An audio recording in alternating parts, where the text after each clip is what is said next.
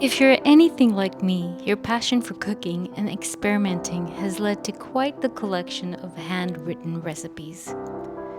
I organize my favorite recipes by placing them into category-specific binders or books.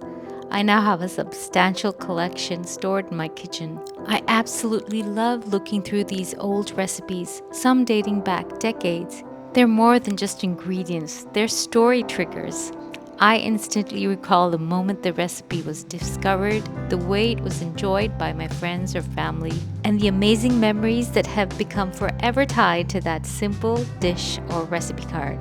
So I store my recipes in the books according to category, but I also store a lot of them on recipe cards, and I store them in these boxes or these small crates, and I separate them by category with elastic bands.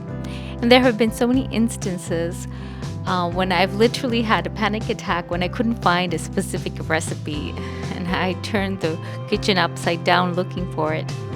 But the thing with these recipe cards is that over time, and especially if you use them a lot, they tend to fade in color, they get discolored, and they become this yellowish color. Like as with all books and paper materials, you get these yellow spots, and over time sometimes some of them are hard to read.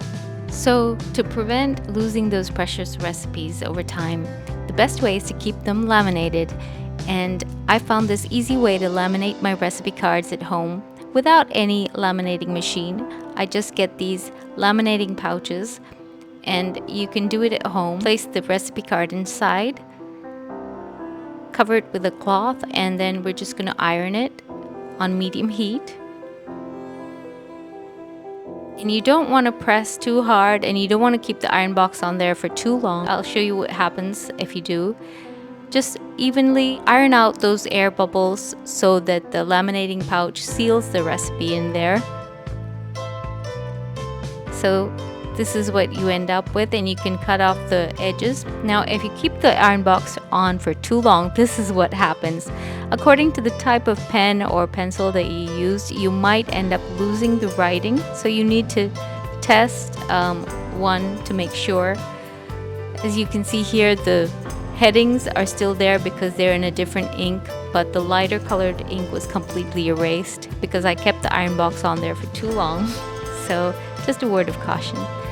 Once you're done, you can cut out the borders and you have a perfectly laminated recipe card that is not going to be damaged anytime soon.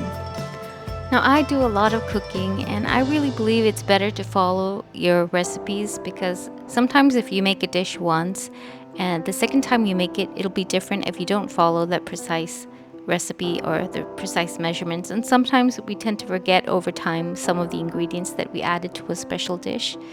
So this is how I laminated my recipe cards for storage.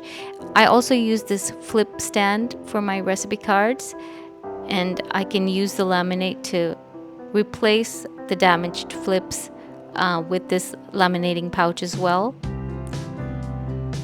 I use the flip card in the kitchen, especially for breakfast time.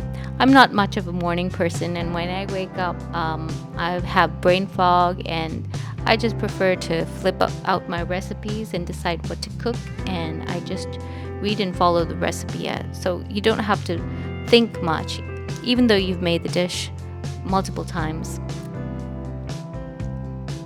So I just used a hole punch, and I can put it onto my flip card holder.